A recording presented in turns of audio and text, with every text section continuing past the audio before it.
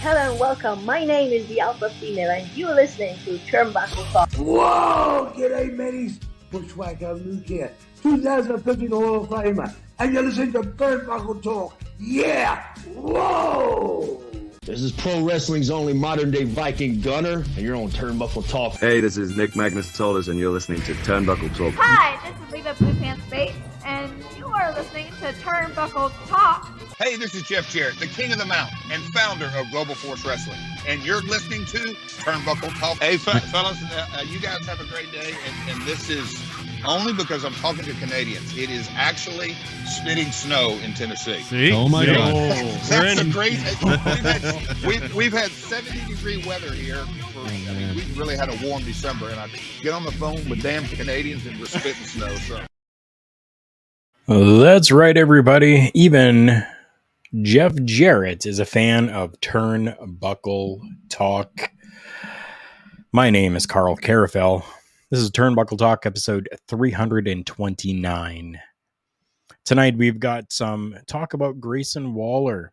We have got some talk about changes to Madison Square Garden events, MLW news, Tyler Breeze making a return, Alex Kane, Jay White and Juice Robinson, new rules in Florida, and a new Joshi company. That's right, all that coming up here. Thank you, Ed. I appreciate you coming in. This is a solo stream and show tonight. Yes, it is time to talk about those turnbuckles with myself, Karl Karufel. Thank you, Ed, for coming by. I appreciate you, my friend. Anyone that comes in, please interact. Let's chat. Let's talk about some professional wrestling. Good evening to the platform of platforms going worldwide, our local establishment. Thank you.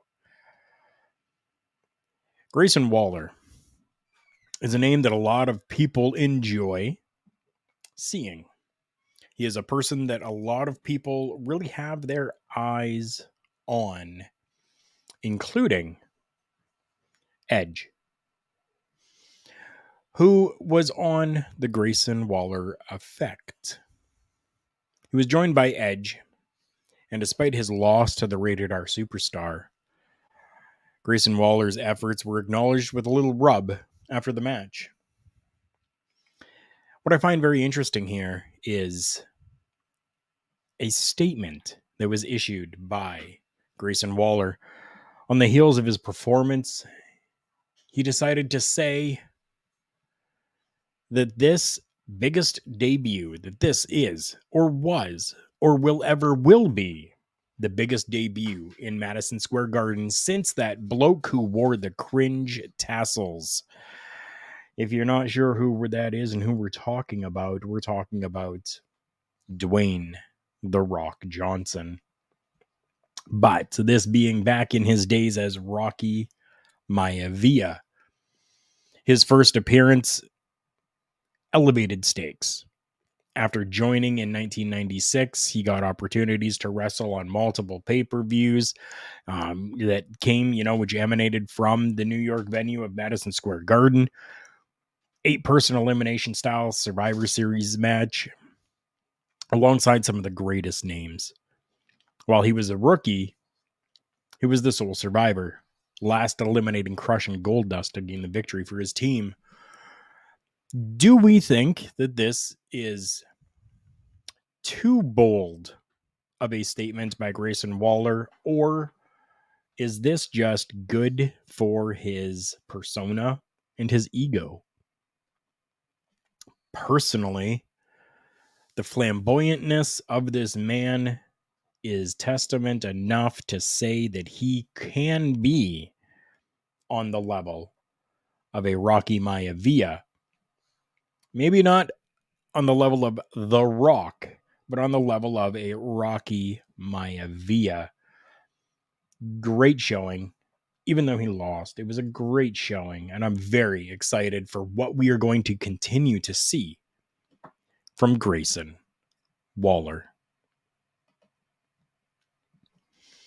We're going to stick with the Madison Square Garden talk here for a couple of minutes. The WWE is considering making changes to the Madison Square Garden events that are happening. So, we did see them return to MSG for SmackDown, like we just talked about it. We saw that the WWE announcing that this SmackDown was the highest grossing WWE event ever at Madison Square Garden and the highest grossing domestic SmackDown in the company's history. With all of that, it is being reported that they're looking into the possibility of minimizing their stage setup in order to maximize the actual seating capacity of Madison Square Garden. WWE is considering returning with a much smaller stage. But that's only going to depend on really ticket sales, early ticket sales. According to WrestleTix, Friday's SmackDown generated a near sellout crowd with over 13,500 tickets being sold. Now, I think that a big part of that 13,500 has to do with the amazing story that we've got right now with the Bloodline. We had Jey Uso calling out the tribal chief in the fallout of Tribal Court. We've got, Edge was on the show. Grayson Waller was on the show. Everything that happened between the two of them, we knew was going to be really good. So I'm not 100% sure that this was all just because it's at Madison Square Garden. I could be wrong. Hopefully, ticket sales for the next show at MSG will show us that this was correct.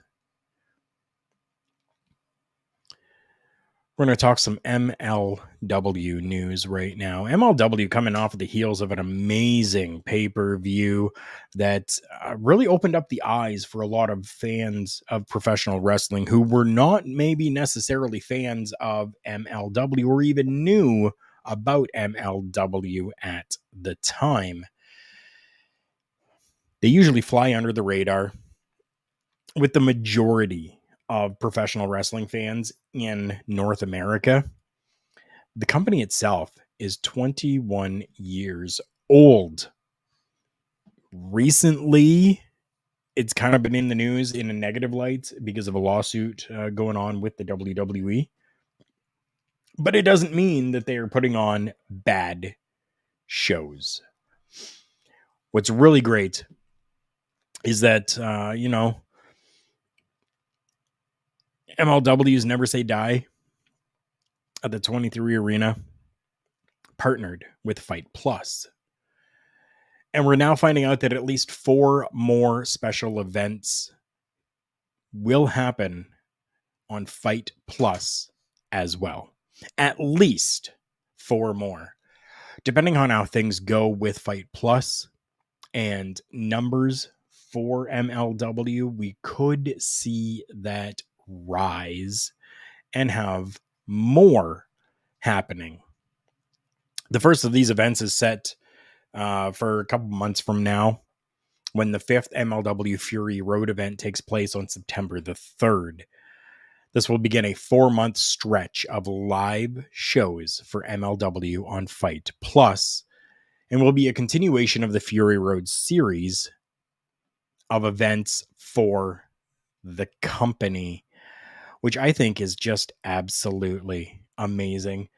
Ed, you're right. Yay, more MLW, especially the new MLW champion. We will be talking about that 100% for sure.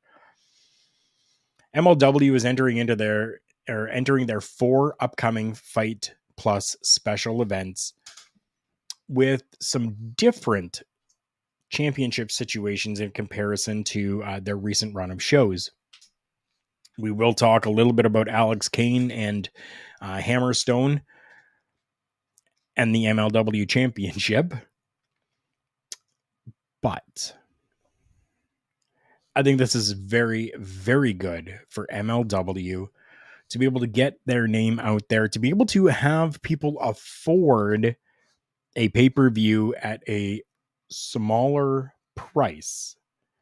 If you subscribe to Fight Plus, you're getting these shows for minimal price, and it is absolutely fantastic, considering pay-per-view is normally anywhere from $60 to $90 just for a show, whether you want standard definition or high definition. Great opportunity for MLW, and I am very interested to see how much further all of this goes. We'll stick with MLW for a moment here. Alex Kane, just like you said there, Ed, the new MLW champion, dethroning Alex Hammerstone's over 600-day reign as the MLW World Heavyweight Champion. Unbelievable. Something that we really didn't think was going to happen, and especially for the way that it happened. If you've watched MLW or watched anything from Alex Hammerstone, you know that this man is a brute. But Alex Kane won this matchup when he forced Hammerstone to tap out, which is very interesting. I would have figured that he would have maybe knocked him out to the point where he couldn't compete anymore to win.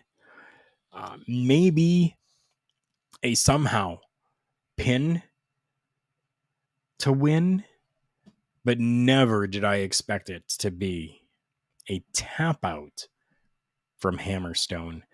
Basser, thank you so much for popping in. I really appreciate you. He says, how's my man Karl doing this evening? I am doing very, very well. I am. I got no complaints. I am good. This is going to be a quicker episode of Turnbuckle Talk here tonight, because I am solo. I'm running solo once again here, but it's all good. I'm very excited to see where things go and how much further the progression goes for Alex Kane.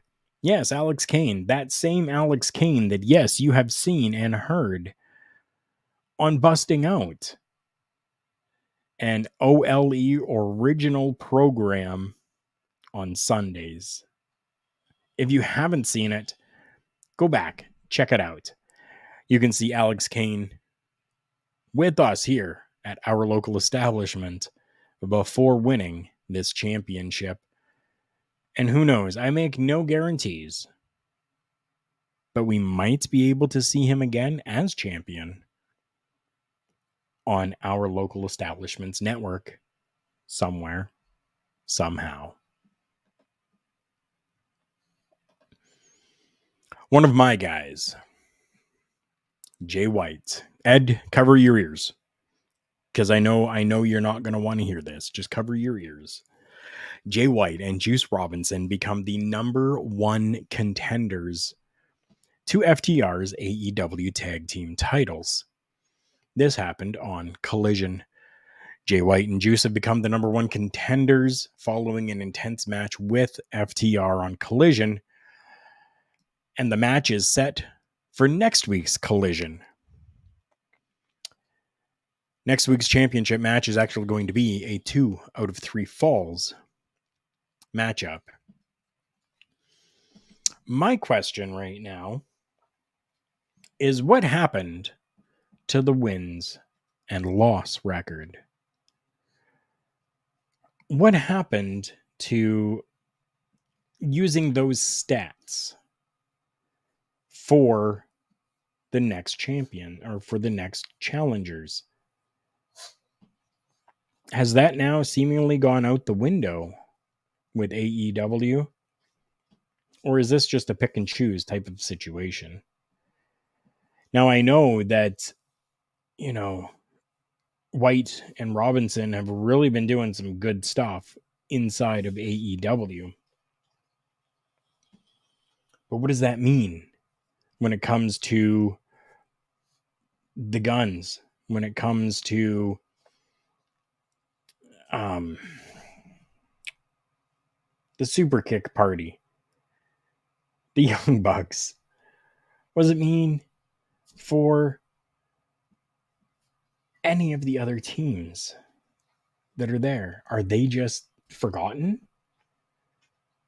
Do the stats that are there not matter for them? It's weird. I'm just not understanding how these guys came in. And I'm a Jay White fan. I've been a Jay White fan since the beginning. But how are these guys now able to just come in very recently and build up enough to be able to take on the tag team champions for the championships in a 2 out of 3 falls match? I don't get it. Am I excited for it? You're damn right. And I am really looking forward to seeing this at some point when it happens. I'm looking forward to it.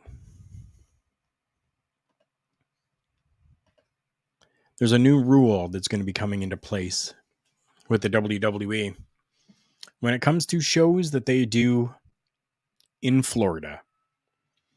Now, we do know that the Performance Center is in Florida. We do know that they run a lot of shows in Florida. And this new rule is coming in response to Florida's permitless carry law when it comes to firearms. The governor, Ron DeSantis, signed a bill into law that would allow Florida residents to carry concealed firearms without a permit.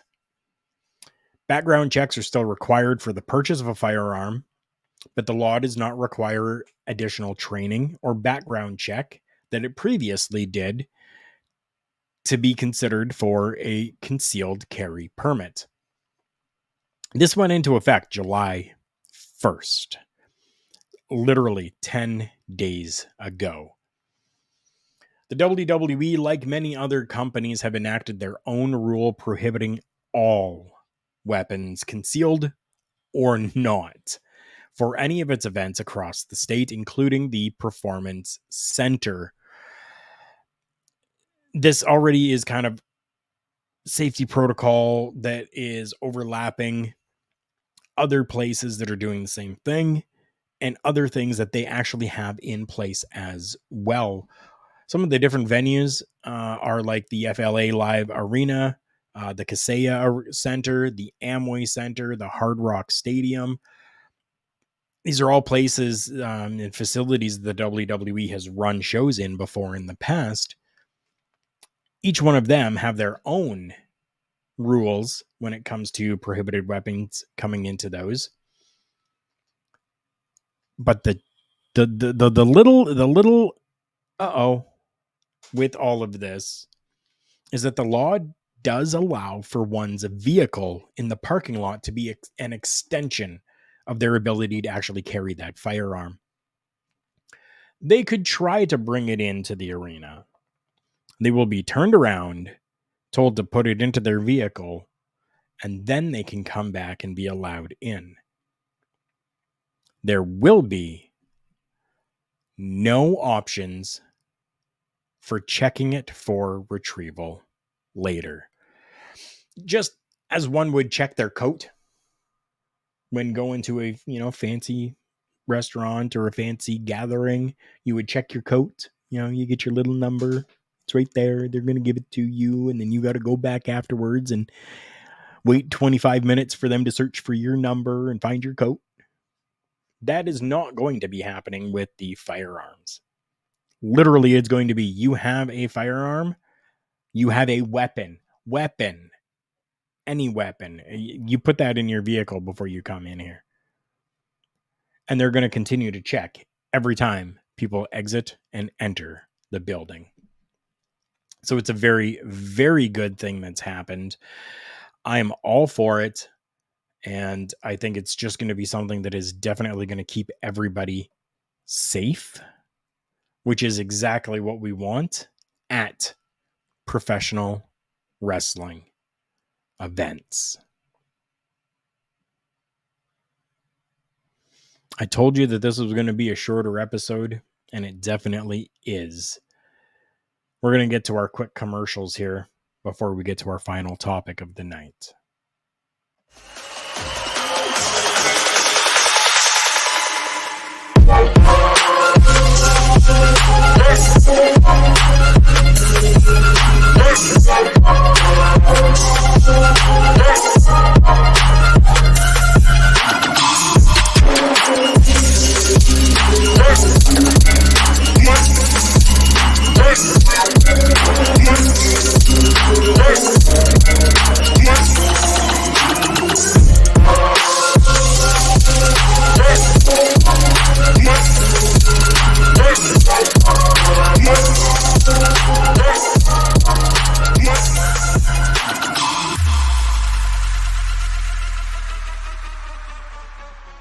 Promotional consideration paid for by the following.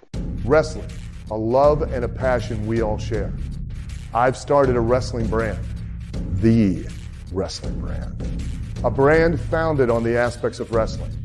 Two entities working together to create a product that connect emotionally for people everywhere. Collar and Elbow is the brand. Passion and love for wrestling is the drive.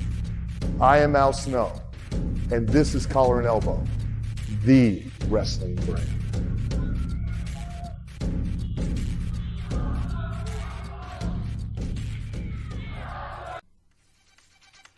The official Turnbuckle Studio shop is open. Official merchandise from all the favorite shows, plus merchandise you can only find here. Stuff from Turnbuckle Studios. Karl Karufel unboxes. The Boar's Nest with Bubba Duke. Miscellaneous products that you can only find here.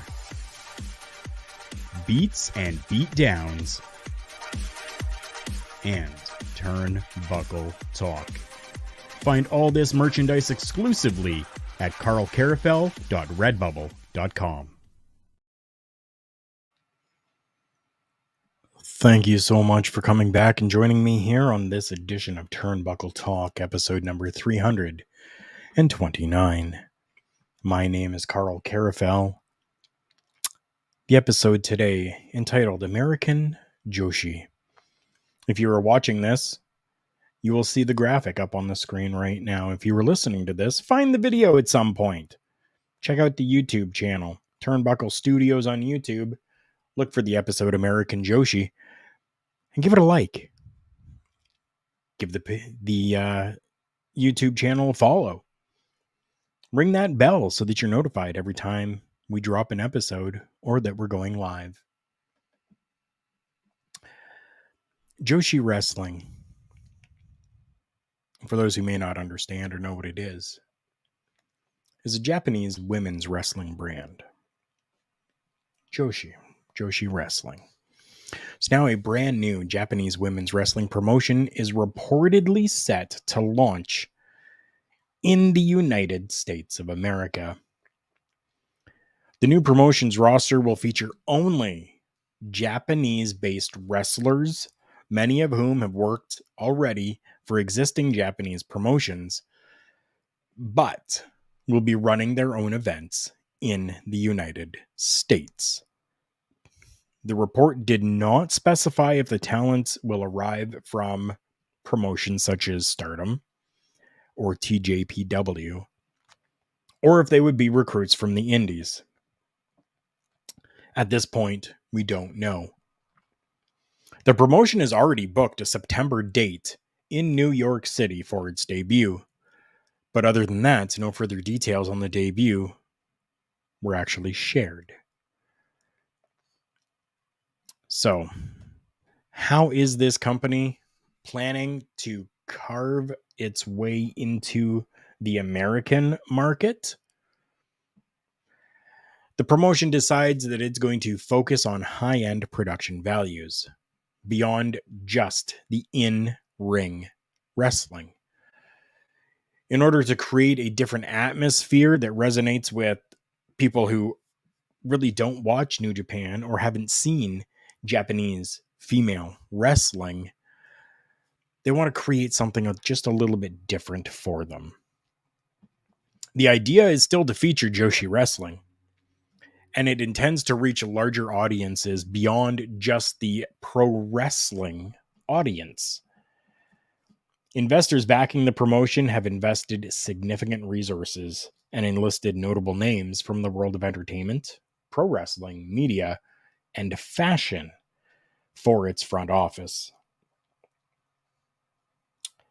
Currently, for anyone that wants to see Joshi Wrestling in the United States, they got to use services such as like Stardom World or Wrestle Universe to get their Japanese wrestling fix. Stardom wrestlers have been regularly featured on New Japan professional wrestling events as well, following Bushiroad's acquisition of the Joshi company.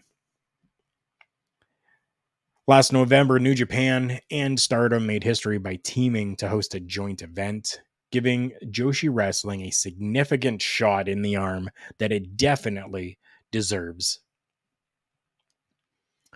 So now, it's going to be very interesting to see if this new United States-based promotion can capitalize on the rising popularity of this genre of professional wrestling and take them to new heights by allowing more people to see the amazing stuff that comes from Joshi Wrestling. I want to give a huge thank you to our friends over at realwrestling.net. Yes, they are a UK-based promotion, which now means that Turnbuckle Talk is international, as they feature Turnbuckle Talk on a weekly basis. Thank you to realwrestling.net. Make sure you guys are going and checking them out. And if you guys are a fan of comic books, Funko Pops, collectibles, toys, games, anything of that sort, make sure that you're checking out our friends at Invasion Comics and Collectibles at invasioncnc.ca. While you're there, use the secure website and have your items shipped directly to you. There is a plethora of items that are available there for you to take a look through at invasioncnc.ca. Dr. Pepper has never failed me. Dr. Pepper needs to sponsor this program, because if you tap into my veins, you're not getting blood. You're getting Dr. Pepper. Remember, everyone, the world's a scary place. Take care of each other.